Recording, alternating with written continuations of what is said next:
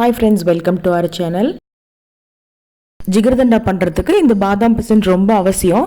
இதை வந்து நம்ம ஒரு 8 மணி நேரம் ஊற வைக்கணும். முடிஞ்சால் நைட் நம்ம ஊற வச்சுட்டு மறுநாள் ஜிகர்தண்டா பண்ணால் கரெக்டாக இருக்கும். இது வந்து நார்மல் வாட்டர்லேயே நம்ம ஊற வச்சா போதும். கொஞ்சமாக ஊற வச்சுக்கோங்க, ஏன்னா ஊறின பிறகு இது நிறைய வரும்.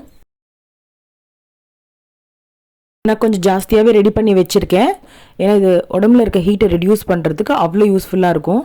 ஜூஸஸ் கூட சேர்த்து கூட நம்ம குடிச்சிக்கலாம். அடுத்து ரெடி பண்ண வேண்டிய விஷயம் வந்து கேரமல். இதுக்காக நான் 150 கிராம் சுகர் எடுத்திருக்கேன். தண்ணி எதுவுமே இல்லாமல் நம்ம ரொம்ப மீடியமான ஃப்ளேமில் சர்க்கரையை மெல்ட் பண்ணணும். இந்த கேரமல் தான் ஜிகர்தண்டாவோட அந்த எக்ஸ்க்ளூசிவான கலர் கொடுக்கறது. நீங்கள் தோராயமாக சுகர் எடுத்துக்கிட்டாலும் ஓகே தான், ஏன்னா நம்ம பால்லையும் டைரெக்டாக சுகர் ஆட் பண்ண தான் போகிறோம். 1 லிட்டர் பால் தயார் பண்ண போகிறீங்க அப்படின்னா ஒரு 200 கிராம்ஸ் 150 to 200 கிராம்ஸ் வந்து சுகர் நீங்கள் இந்த மாதிரி கேரமல் பண்ணி வச்சுக்கோங்க. இந்த ப்ராசஸ் நான் கொஞ்சம் லென்த்தாக தான் இருக்கும், கவனமாக பாருங்கள். ஸோ பிகினர்ஸோ இல்லை வெரி ஃபர்ஸ்ட் டைம் இப்போ தான் பண்ணுறீங்க அப்படின்னா கொஞ்சம் மீடியம் ஃப்ளேம்லேயே வச்சு நீங்கள் தயார் பண்ணுறது சேஃபாக இருக்கும். கொஞ்சம் நேரத்தில் சுகர் மெல்ட் ஆகிட்டு ஒரு ஹனி கலர் வரும். ஸோ அது வரைக்கும் நீங்கள் நல்ல ஒரு கரண்டி வச்சு கிண்டி விட்டுட்டே இருங்க. சுகர் மெல்ட் ஆகிட்டு இருக்கும்போதே தண்ணி வந்து ஒரு 5 டேபிள் ஸ்பூன் இருக்கிற மாதிரி ரெடியாக எடுத்து வச்சுக்கோங்க. அட்வான்ஸ் நம்ம அந்த ஹனி கலர் வந்த உடனே நம்ம தண்ணி ரெடியாக எடுத்து வச்சுக்கணும். ஸோ ஆட் பண்ணும்போது பார்த்தீங்கன்னா இந்த மாதிரி தான் வரும். பட் நீங்கள் ஒன்றும் ஒரி பண்ண வேண்டாம், கரண்டி கூட போட வேண்டாம். ஜஸ்ட் இதே வாட்டரில் அப்படியே கொதிக்க விட்டுட்டிங்கன்னா இந்த மாதிரி வரும். ஸோ நம்ம கரண்டி உள்ளே வச்சோம் அப்படின்னா ஒட்டிக்கும், அந்த சர்க்கரை எல்லாமே சாலிடாகி கரண்டியில் ஒட்டிக்கும். ஒன்றும் பிரச்சனை இல்லை. நீங்கள் இதே நல்லா கிண்டி விட்டுட்டே இருந்தீங்கன்னா கொஞ்சம் தண்ணி தேவையான அளவு ஆட் பண்ணிக்கோங்க. பார்க்குறதுக்கு ஹனி கன்சிஸ்டன்சியில் தான் இருக்கணும். பாருங்கள், ஃபைனலாக எனக்கு ஆறின பிறகு இந்த மாதிரி இருக்குது. இது தனியாக ஒரு கண்டெய்னரில் ஸ்டோர் பண்ணி வச்சுக்கோங்க. அடுத்து வந்து பால் ரெடி பண்ணலாம். நல்ல அகலமான பாத்திரமாக எடுத்துக்கோங்க. இன்றைக்கி ஜிகர்தண்டா பண்ணுறதுக்கு நான் 1 லிட்டர் பால் எடுத்திருக்கேன். ஸோ அதுக்குண்டான அளவுகள் தான் நான் உங்களுக்கு இப்போ சொல்லியிருக்கேன். முடிஞ்ச அளவு க்ரீம் மில்காக எடுத்துக்கோங்க. ரொம்ப தண்ணியான பாலில் செஞ்சால் டைமும் ஆகும், அவ்வளோக்கா டேஸ்ட்டாக இருக்காது. ஸோ பாக்கெட் பாலாக இருந்தாலும் சரி, இல்லை பசும்பாலாக இருந்தாலும் நல்லா திக்காக இருக்கிற பால் எடுத்துக்கோங்க. நல்ல இந்த 1 லிட்டர் பால் வந்து 1/2 லிட்டராக மாறுற அளவுக்கு நம்ம சுண்ட வைக்கணும். இப்போது பொங்கி வரும்போது அதோட ஆடைகள் வந்து அதுக்குள்ளவே எடுத்து விட்டுடுங்க. நல்ல பாத்திரம், கனமான பாத்திரம் அப்படின்னா நீங்கள் மீடியம் ஃப்ளேமில் வச்சுட்டு நம்ம பாட்டுக்கு விட்டுடலாம். ஜஸ்ட் அப்பப்போ கிண்டி விட்டாலே போதும். நல்லா க்ரீமியாக வர வரைக்கும் நம்ம இதே மாதிரியே கண்டினியூ பண்ணிகிட்டே இருக்கணும்.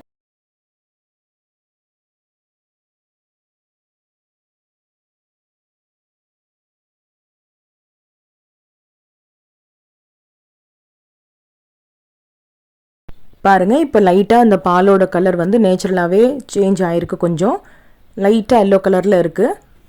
இனி நம்ம இது கூட தேவையான ஸ்வீட் ஆட் பண்ண போகிறோம். சர்க்கரை வந்து நான் இப்போ ஒரு 5 ஸ்பூன் போடுறேன். நம்ம டேஸ்ட் பார்த்துக்கலாம், ஏன்னா ஏற்கனவே கேரமல்லையும் நம்மளுக்கு சுகர் இருக்குது. லிட்டருக்கு நீங்கள் மொத்தமே 200 கிராம் சர்க்கரை எடுத்து வச்சிங்கன்னா போதும்.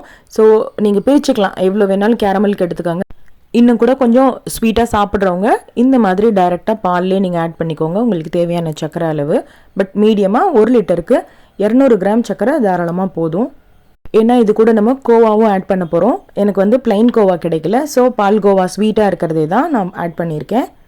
இந்த அளவுக்கு போட்டுக்கோங்க. நல்ல இந்த ஹீட்டான மில்கில் இது நல்லாவே கரைஞ்சிடும்.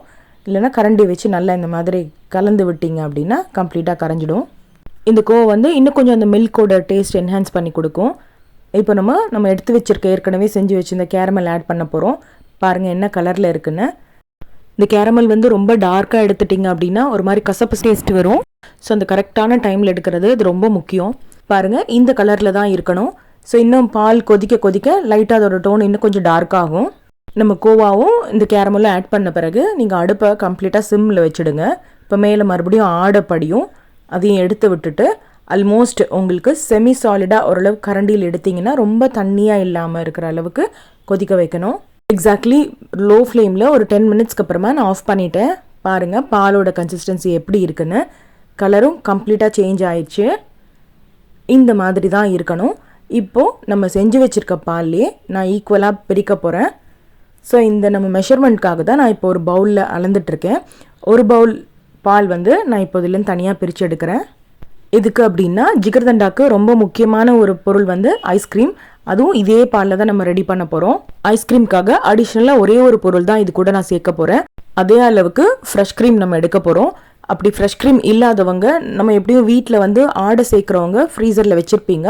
ஸோ அதையே நீங்கள் கொஞ்சம் தண்ணி ஆட் பண்ணிவிட்டு இதே அளவு எடுத்துக்கிட்டிங்கன்னா ஓகே, ரெடி ஆகிடும். இப்போது ஒரு மிக்சர் ஜாரில் ஆட் பண்ணிக்கலாம். தேவைன்னா வெண்ணிலா எசன்ஸ் கொஞ்சமாக போட்டுக்கோங்க, இல்லைன்னா கூட நல்லா தான் இருக்கும்.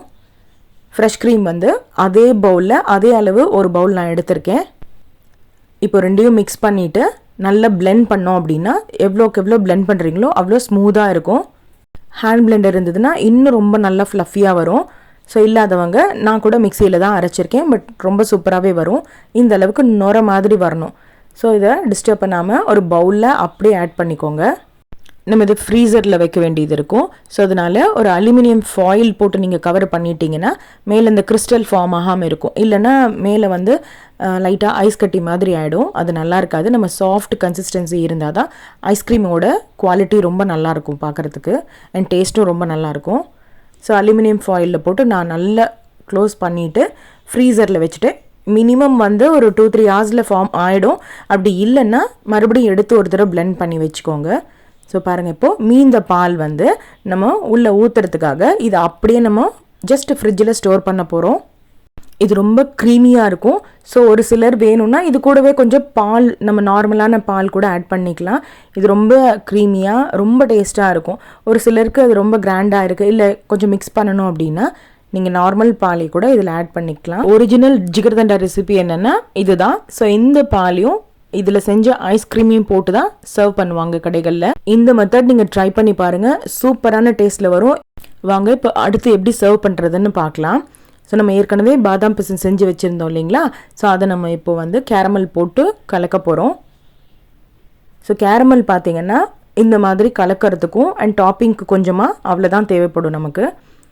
இந்த பாதாம் பிசின் மூழ்கிற அளவுக்கு அந்த கலர் ஃபுல்லாக சேஞ்ச் ஆகிற அளவுக்கு நீங்கள் போட்டுக்கோங்க.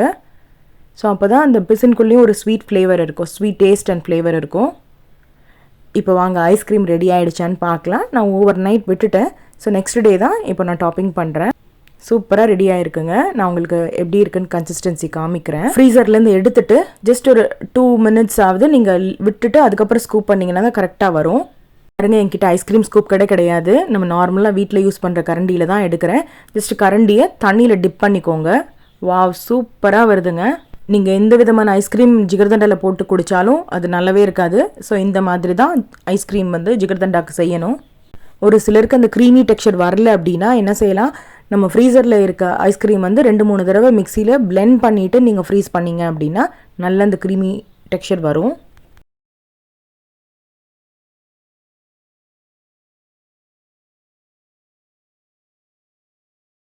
எல்லாமே ரெடி பண்ணிட்டோம். இப்போ நம்ம ஜிகர்தண்டா எப்படி கலக்கிறதுன்னு பார்க்கலாம். பாருங்கள், இது பாலுக்காக எடுத்து வச்சுருந்தது ஃப்ரிட்ஜில் இருக்கவும் ஓரளவுக்கு மேலே ஆடையெல்லாம் இருக்கும். அது எல்லாமே நல்லா கலந்து விட்டுடுங்க. நம்ம குடிக்கும்போது அந்த ஆடை வந்து ரொம்ப நல்லாயிருக்கும். ஃபர்ஸ்ட்டு பார்த்தீங்கன்னா அந்த டம்ளரில் கால்வாசி அந்த பால் மட்டும் ஊற்றணும். 2 ஸ்கூப் அளவு நான் பால் ஊற்றிருக்கேன்.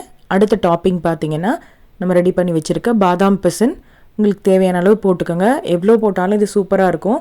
அதுக்கு மேலே ஒரு கரண்டி அகெயின் மில்க்கு, அப்புறம் மறுபடியும் பாதாம் பிசின். இப்போது நம்ம ஐஸ்கிரீம் நம்ம ஸ்பெஷலாக வேணும் அப்படின்னா 2 ஸ்கூப் கூட ஆட் பண்ணிக்கலாம். ஒரு ஸ்கூப் ஐஸ்கிரீம் போட்டுட்டு இன்னும் கூட மேலே கொஞ்சம் பாதாம் பிசின் ஆட் பண்ணிக்கோங்க. ஏன்னா நம்ம ஆல்ரெடி பாதாம் பிசின்லேயே கேரமல் இருக்குது. ஸோ அது தனியாக ஒரு டேஸ்ட் இருக்கும். இப்போது லாஸ்ட் ஃபைனல் டாப்பிங் நன்னாரி சர்பத் வந்து மேலே டாப்பிங்காக போட்டுக்கோங்க. அது ரொம்ப டேஸ்ட்டாக இருக்கும். அதோட வாசனை ரொம்ப நல்லாயிருக்கும். அவ்வளோதாங்க. நல்ல பசியோடு இருக்கும்போது ஒரு டம்ளர் குடிச்சிங்கன்னா ஃபுல்லாக சாப்பிட்ட மாதிரி இருக்கும். இதே மாதிரி செஞ்சு பாருங்கள். எப்படி இருந்ததுன்னு எனக்கு கமெண்ட் செக்ஷனில் சொல்லுங்கள். முக்கியமாக வீடியோ பிடிச்சிருந்தது அப்படின்னா லைக் பண்ணுங்கள், ஃப்ரெண்ட்ஸ் அண்ட் ஃபேமிலிக்கு ஷேர் பண்ணுங்கள், அண்ட் மறக்காமல் சப்ஸ்கிரைப் பண்ணிக்கோங்க.